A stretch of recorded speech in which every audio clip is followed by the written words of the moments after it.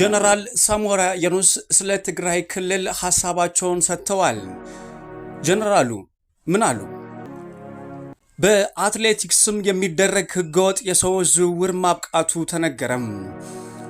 በአፋር ክልል ስደተኞች ወደ መጡበት እንዲመለሱ እየተደረገ ነው ተብሏል። ጠቅላይ ሚኒስትሩ ለበላይነህ ክንዴም መልእክታቸውን አስተላልፈዋል። ከውጭ ደግሞ ቲክቶክ ተከሷል። ለመሆኑ ይህ መተግበሪያ የተከሰሰው በምን ምክንያት ይሆን? ሰላም እንደምን አላችሁ ውድ የኢትዮጵያ ድምፅ ተከታታዮች። የኢትዮጵያ ድምፅ የጥር 30 ቀን 2018 ዓ.ም የሀገር ቤትና የባህር ማዶ ዜናዎች ከዚህ ሰዓት ጀምሮ ወደ እናንተ መድረሳቸውን ይቀጥላሉ። ከዜናዎቻችን ጋር አብራችሁ ትሆኑ ዘንድ በአክብሮት ጋብዘናል። ቀዳሚ ወዳደረግነው ዜናችን አልፈናል። ጠቅላይ ሚኒስትር አብይ አህመድ ለበላይነህ ክንዴ መልእክት አስተላልፈዋል። በዛሬ ዕለት የተመረቀውን የአማራ ክልል ሎግ ሐይቅ ሪዞርትም ባለሀብቱ በላይነህ ክንዴ እንዲያስተዳድረው መወሰኑን ጠቅላይ ሚኒስትር አብይ አህመድ ተናግረዋል። በደቡብ ወሎ ዞን ሎግ ሐይቅ ዙሪያ የተገነባው አዲሱ ሪዞርትም ጠቅላይ ሚኒስትር አብይና ከፍተኛ ባለስልጣኖቻቸው በተገኙበት ተመርቋል። የገበታ ለትውልድ ፕሮጀክት አካል የሆነው ይህ ሪዞርትም በ13.3 ሄክታር መሬት ላይ ያረፈ እንደሆነም ተገልጿል። በውስጡም መኝታ ክፍሎች እንደዚሁም ዘመናዊና ዓለም አቀፍ ደረጃቸውን የጠበቁ ምግብ ቤቶችም እንደያዘም ተነግሯል። የመዋኛ ገንዳዎች፣ የውስጥ ለውስጥ አስፋልት መንገዶችና የሄሊኮፕተር ማረፊያም የፕሮጀክቱ ግንባታው አካል እንደሆኑም ተነግሯል።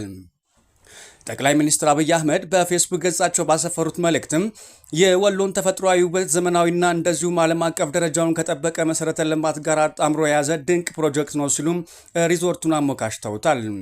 አብይ በምረቃ ስነስርዓቱ ላይ ባደረጉት ንግግርም ሪዞርቱ የገነባው በገበታ ለትውልድ የግሉ ባለሀብት መንግስትን አምኖ ባዋጣው ገንዘብ እንደሆነም ተናግረዋል። ከስሩ ከ15 በላይ ድርጅቶች የሚያስተዳድረው በላይነህ ክንዴ ግሩፕ ባለቤት የሆኑት ባለሀብቱ በላይነህ ክንዴም የሪዞርቱን ግንባታ ስራ ማከናወናቸውን ጠቅላይ ሚኒስትሩም ጠቁመዋል። በላይነህ ክንዴ ከከፈልነው ከጠየቅነው አሻግሮ አስበልጦ ለህዝቡ መስራት ችሏል ያሉት አብይም ይህንን ምክንያት በማድረግም ባለሀብቱ ሪዞርቱን እንዲያስተዳድሩም መወሰኑን ይፋ አድርገዋል። በአፋር ክልል ባለፉት 6 ወራት ብቻ በህገወጥ ሊመጣበት የሚችሉ ከ16,000 በላይ ህገወጥ ስደተኞች ማውቂያ 3 አካላት ውስጥ የተከፈሉ ናቸውም ብለዋል። እነዚህ ስደተኞችም ወደ መጡበት እንዲመለሱ ያደረግኩ ነው ብሏል። ዋና ኢንስፔክተር አህመድ አሊ ከ13 ዓመት ያላቸው ህጻናት ላይ ወደ ስደት እየተጓዙ ናቸውም ብለዋል።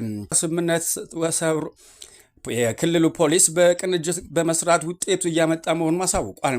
በዚህም ከመከላከያ ከፌዴራል ፖሊስና ከተለያዩ አደረጃጆች ጋር ቅንጅት ፈጥሮ ውጤት እያስመዘገብኩ ይገኛል ሲል የክልሉ ፖሊስ አሳውቋል።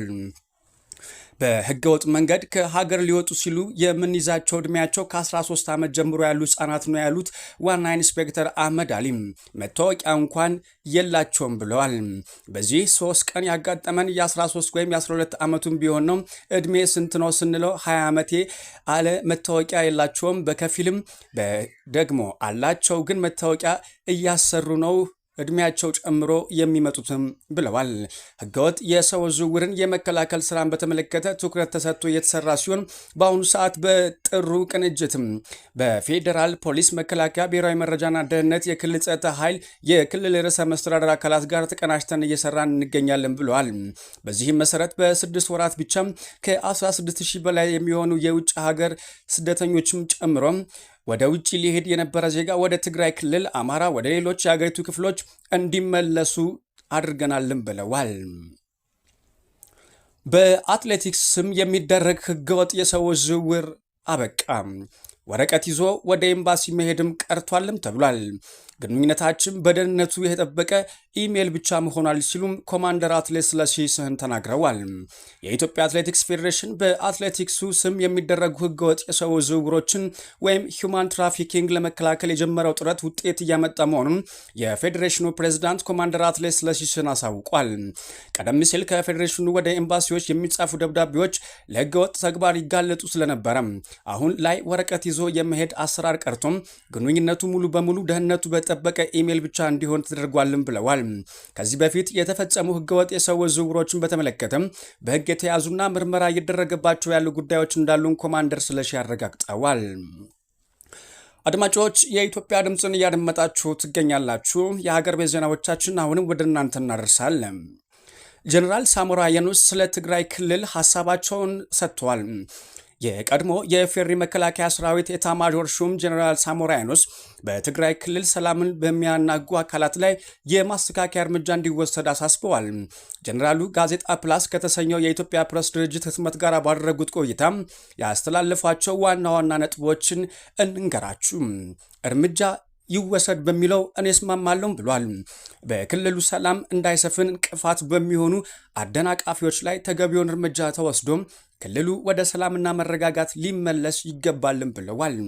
የሰላም አስፈላጊነት ሰላም ለልማትና ለትምህርት መሰረት መሆኑን የገለጹት ጄኔራሉ ችግሮችን በኃይል ለመፍታት መሞከር ቡድናዊ ጥቅምን ከማስከበር ባለፈም ለህዝብ እንደማይበጅ ገልጸዋል። ውይይት ያስፈልጋል። የፖለቲካ ልዩነቶች በጠባብ ፍላጎት ሳይሆን በውይይትና በመግባባት መፍታት እንዳለባቸው አጽንኦት ሰጥቷል። ከሰላም የሚያተርፈው መላው ህዝብ ሲሆን ከጦርነት የሚያተርፉት ግን ጥቂት አካላት ብቻ መሆናቸውን በመጥቀስም የሰላም አማራጭ ቅድሚያ ሊሰጠው እንደሚገባም አሳስበዋል። ጀነራል ሳሞራ እርምጃ እንዲወሰድ ቢመክሩም እርምጃው በማን ላይና በምን መልኩ መፈጸም እንዳለበት ግን በዝርዝር የተናገሩት ነገር የለም። አድማጮች የኢትዮጵያ ድምፅን እያደመጣችሁ ትገኛላችሁ። አሁን ደግሞ ከውጭ መገናኛ ብዙሃን ወደ ያገኘናቸው ዜናዎቻችን እንውሰዳችሁ። ቲክቶክ ተከሷል። ቲክቶክ ተጠቃሚዎቹን ሱስ የሚያስዝ ገጽታውን ባለመለወጡ ምክንያት ነው የተከሰሰው። ቲክቶክ መተግበሪያው ሱስ የሚያስዝ ገጽታን እንዲያስተካክል ማስጠንቀቂያ ተሰጥቶት የነበረ ቢሆንም እንዳላሻሻለ ሮይተርስ የዜና ወኪል ዘግቧል።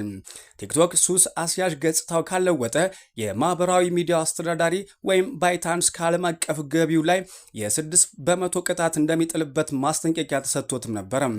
የአውሮፓ ህብረት የበይነ መብት ተቆጣጣሪ ካቀረባቸው ክሶች መካከልም ቲክቶክ ተጠቃሚዎቹ ያለማቋረጥ ስክሮል የአውሮፓ ህብረት የበይነ መረብ ተቆጣጣሪ ካቀረባቸው ክሶች መካከልም ቲክቶክ ተጠቃሚዎቹም ያለማቋረጥ ስክሮል እንዲያደርጉ የዘረጋው መዋቅር ይገኝበታል።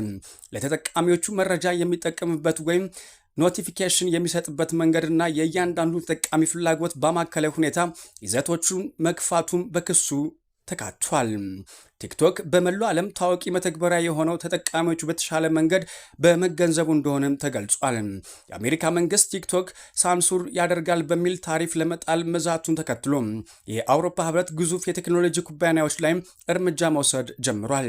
የአውሮፓ ህብረት የበይነ መረብ ተቆጣጣሪ ኮሚሽን ለአንድ ዓመት ያህል ዲጂታል ሰርቪስ አክት ወይም ዲኤስኤ በተባለ ድንጋጌ ስር ቲክቶክ ላይ ምርመራ ሲያካሄድ እንደቆየም የሮይተርስ ዘገባ ይጠቁማል። በመጨረሻም ትራምፕ ባራክና ሚሼል ኦባማን ዝንጀሮ አድርጎ የሚያሳይ ዘረኛ ቪዲዮ በገጻቸው ከለጠፉ በኋላ አጥፍተዋል። ፕሬዝዳንት ዶናልድ ትራምፕ የቀድሞ ፕሬዝዳንት ባራክ ኦባማና ቀዳማዊት እመቤት ሚሼል ኦባማን እንደ ዝንጀሮ አድርጎ የሚያሳይ ይዘት ያለውን ዘረኛ የማህበራዊ ሚዲያ ቪዲዮ ገጻቸው ላይ ከለጠፉ በኋላ አጥፍተዋል። አጠቃላይ ቪዲዮ 62 ሰከንድ ርዝማኔ ያለውም ሲሆን ዘ ላየን ስሊፕስ ቱናይት በሚል ማጀቢያ ሙዚቃ አለው።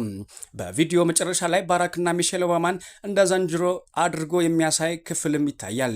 እንደ አውሮፓውያኑ 2020 ላይ የተካሄደው ምርጫ ተጭበርብሯል የሚል ይዘት ያለውን ቪዲዮ ትራምፕ በማህበራዊ ሚዲያ ገጻቸውም አጋርተዋል። ትራምፕ ለጋዜጠኞች በሰጡት ማብራሪያ ምንም ስህተት አልሰራውም፣ የቪዲዮ መጀመሪያ ክፍል ብቻ ካየሁት በኋላ ነው የቢሮዬን ሰራተኞች የለጠፉት፣ ኦባማዎች በዚህ መንገድ የሚያሳይ ክፍል እንዳለው አላወቅኩም ብለዋል። ጥቁር አሜሪካዊ ሪፐብሊካን ሴናተር ቲም ስኮት በዋይት ሃውስ ያየሁት እጅግ ዘረኛ ነገር ነው ሲሉም ተክተዋል። ኤክስ ላይ ይዘት የሚያጋራው ወግ አጥባቂው ዙሪያስ የሰራው ቪዲዮም ጥቁር ሕዝብን ከዝንጀሮ ጋር የሚያመሳስል ዘረኛ ይዘት ያለው መሆኑንም ገልጿል። ውድ የኢትዮጵያ ድምፅ ተከታታዮች የኢትዮጵያ ድምፅ ለጥር 30 ቀን 2018 ዓ.ም ያዘጋጃቸው ዜናዎች እነኝን ይመስላሉ። ከዜናዎቻችን ጋር አብራችሁ ስለነበራችሁ ከልብ እናመሰግናለን። ሰላምን ተመኘን።